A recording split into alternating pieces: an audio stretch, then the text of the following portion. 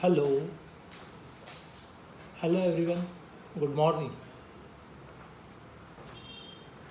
आज अपन चरक चिकित्सा के बारे में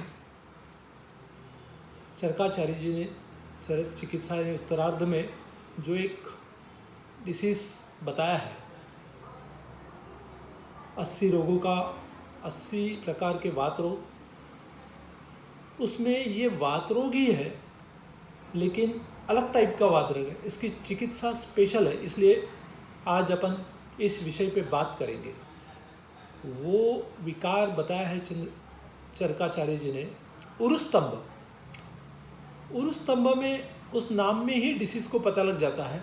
उरु यानी जंघास्थि, जंघा जो एरिया होता है, जांग का जो एरिया होता है उसे उरु बोला गया है। और स्तंभ यानी जकड़ना, जंघा के एरिया का जकड़ना यानी उरुस्तंभ बताया गया है। जो चरकाचार्य जी ने 80 प्रकार के वात रोग बताया है उसमें उरुस्तंभ जरूर बताया है, लेकिन सभी वात रोगों की चिकित्सा के विपरीत ऐसी इनकी चिकित्सा है। इसलिए आज अपन स्पेशली उरुस्तंभ के बारे में विचार विमर्श करेंगे। अभी आपको बताया उरु यानी जंघा, और जंघा एरिया का स्तब्ध हो जाना यानी स्थिर हो जाना, दर्द करना, जकड़ना, उसी को अपन उरुस्तंभ बोलेंगे। विशेषतः चरकाचार्य जी ने इसे कफ और वात दोषों की विकृत होने के कारण ये रोग उत्पन्न होता है ऐसा कहा है।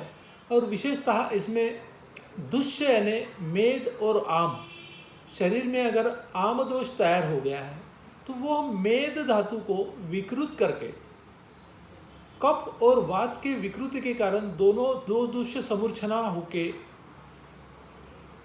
जब उरु भाग में यानी जंघास्थि भाग में, जंघा के एरिया में दोष स्थित हो जाते हैं, वहाँ जकड़ जाते हैं, उस डिसीज को उरुस्तंभ बोला गया है।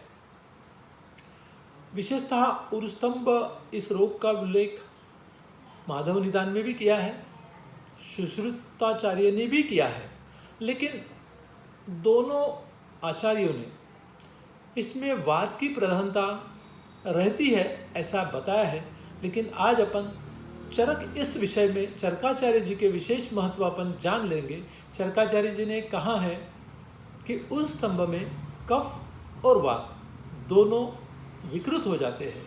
ये बात मुझे भी योग्य लगती है, इसलिए कि इसकी जब चिकित्सा करते हैं तो वात और कफशामक चिकित्सा देने से ही ये रोग शांत हो सकता है।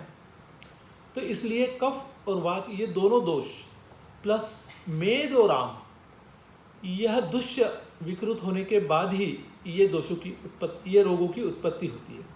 अभी विशेषतः उरुस्तंभ में बताया है, इसके लक्षण में बताया है कि उरह भाग यानी जंघास्थि का भाग, जंघा का भाग जकड़ जाना, वहाँ जो मांसपेशी है वो स्थिर हो जाना, वहाँ भयंकर वेदना होना, वहाँ जकड़ जाना।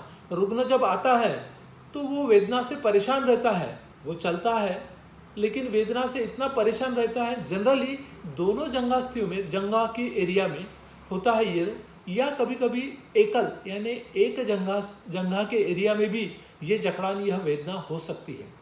जनरली कटिवात होना या जानू बस्ती में या जानू एरिया में, जो नी जॉइंट में अगर प्रॉब्लम आ गया है तो विशेष टाइप से वातिक ये दोष है, और इनकी ट्रीटमेंट अपन कर सकते हैं इजीली स्नेहन स्वेदन करके।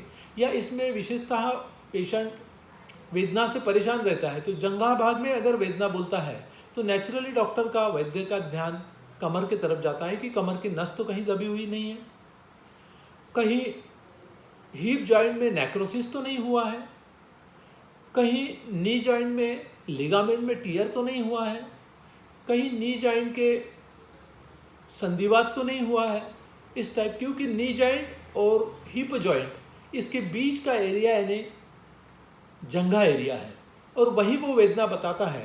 तो ऐसे पेशेंट बहुत रेयर और कम होते हैं, इसलिए वैद्य का ध्यान जनरली या तो कटिवात या नी जॉइंट का संधिवात इस टाइप में चले जाता है।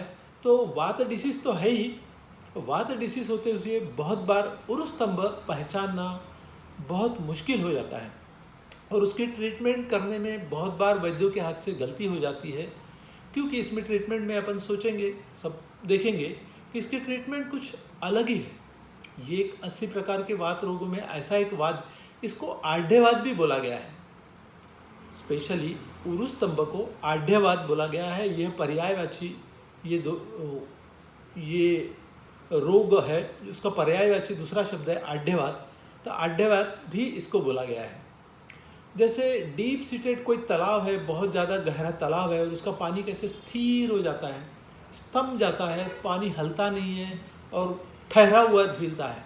इसी प्रकार के कुछ लक्षण उरुस्तंभ में होते हैं। जंघास्थी एरिया की जो मांसपेशी है, वो मांसपेशी ऐसी स्थिर हो जाती है, उसमें कोई हलचल नहीं दिखती, उसमें कोई चलन नहीं दिखती। जैसे पेशेंट चलने भी जाता है तो वो उसका चलना मुश्किल हो जाता है, पैर डालना मुश्किल हो जाता है, जैसे वो स्थिर हो गया है। उसको उठा के लाना पड़ता है। बहुत बार अगर सीवियरिटी बढ़ गई तो उसको उठा के लाना पड़ता है कि वो पैर डालना ही उसके लिए बहुत मुश्किल हो जाता है।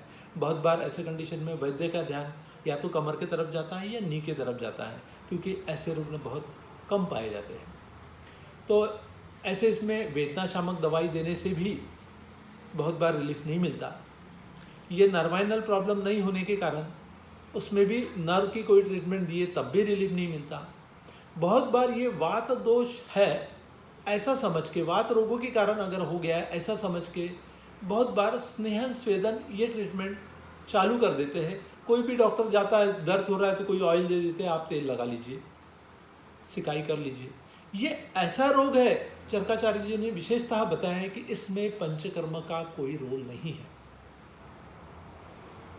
इसमें संतर्पण ट्रीटमेंट भी नहीं देते हैं, इसमें अपतर्पण ट्रीटमेंट से ही इसमें फायदा होता है। इसमें रुक्ष स्वेदन देना होता है, इसमें स्वेदन से ही उसका फायदा हो जाता है, स्नेहन से यहाँ को ही रिलीफ नहीं मिलता। अगर इसमें संतर्पण ट्रीटमेंट दिए तो रोगों को और वृद्धि हो जाती है और वेदना बढ़ जाती है।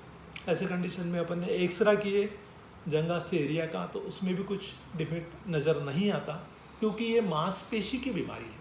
स्पेशली जंघा भाग में जो मांसपेशियां है वो कफ के कारण, कफ दोष के कारण और वायु दोष के कारण वह मांसपेशी जकड़ जाती है, जिसके कारण यह वेदना, अतिवेदना शुरू हो जाते हैं।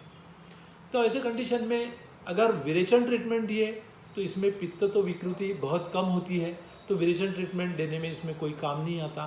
बस्ती ट्रीटमेंट में भी क्योंकि यहाँ कफ का बहुत प्राधान्य है, कफ के प्राधान्य के कारण सिर्फ बस्ती ट्रीटमेंट से भी इनमें कोई रिलीफ नहीं मिलता। यहाँ है कफ का प्राधान्य, लेकिन वमन ट्रीटमेंट से कफ तो आमाशय में जो संचित कफ है वो तो अपन वमन से निकाल लेंगे, लेकिन स्पेशली उरुस्तंभ ऐसा एक रोग है जो दोष और दुष्ट की समूर्छना होके ये रोग शाखागत हो जाता है। अगर कोष्ठ में कोई दोष विकृत है तो वमन, विरेचन या बस्ती करके अपन यूं ही निकाल सकते हैं, जिसके कारण पूरे शरीर में संचित हुए शाखाश्रित रोगों का शमन हो जाता है। लेकिन ये ऐसा रोग है कि जिसमें कोष्ठ का विशेष रोल नहीं है।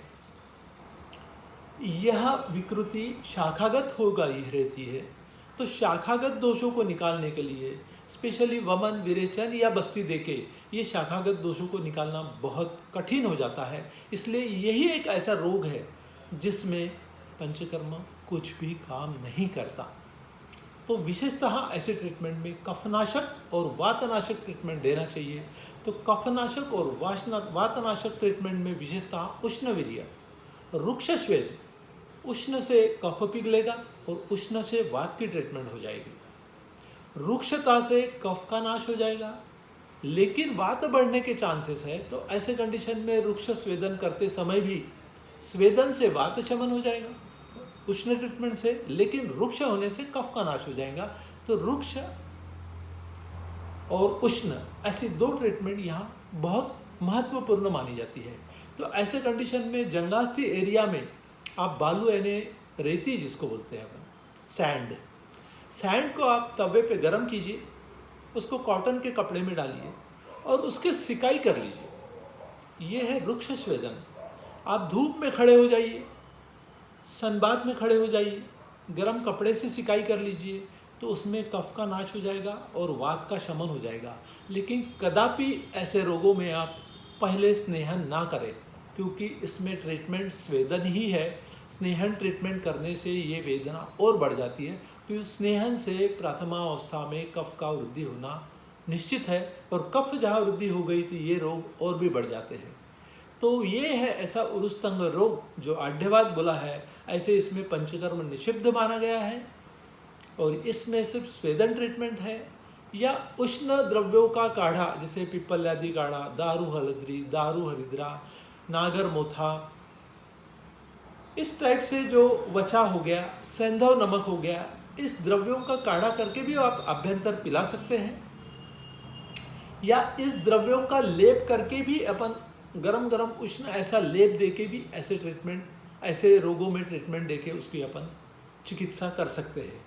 तो विशेषतः आज का ये विषय इसलिए ये मैंने लिया कि पूरे 80 प्रकार के वात रोगों में स्नेहन स्वेदन और पंचकर्म ट्रीटमेंट से रिलीफ हो जाता है, लेकिन पर्टिकुलर ये आढ्यवात जो उरुस्तंभ रोग है, उरुस्तंभ में सिर्फ रुक्ष स्वेदन से ही इसकी ट्रीटमेंट हो जाती है, और ये बहुत ही कम पाए जाने वाले रुग्ण होते हैं। तो ऐसे कंडीशन में जब ऐसा रुग्ण आता है तो बहुत विचार विमर्श करके ऐसे रोगों की निदान डायग्नोसिस किया जाता है, और जब डायग्नोसिस ही आपका प्रॉपर रहेगा तभी आपकी लाइन ऑफ ट्रीटमेंट सही बैठेगी और रुग्ण को रिलीफ मिलेगा, रुग्ण की चिकित्सा बराबर हो जाएगी। और ऐसे कंडीशन में वैद्य को इस रोग को कभी भी नहीं भूलना चाहिए, क्योंकि 80 प्रकार के वात रोगों में ऐसा एक विशेष रोग है जिसके ट्रीटमेंट रुक्ष और स्वेदन, ना कि पंचकर्म है।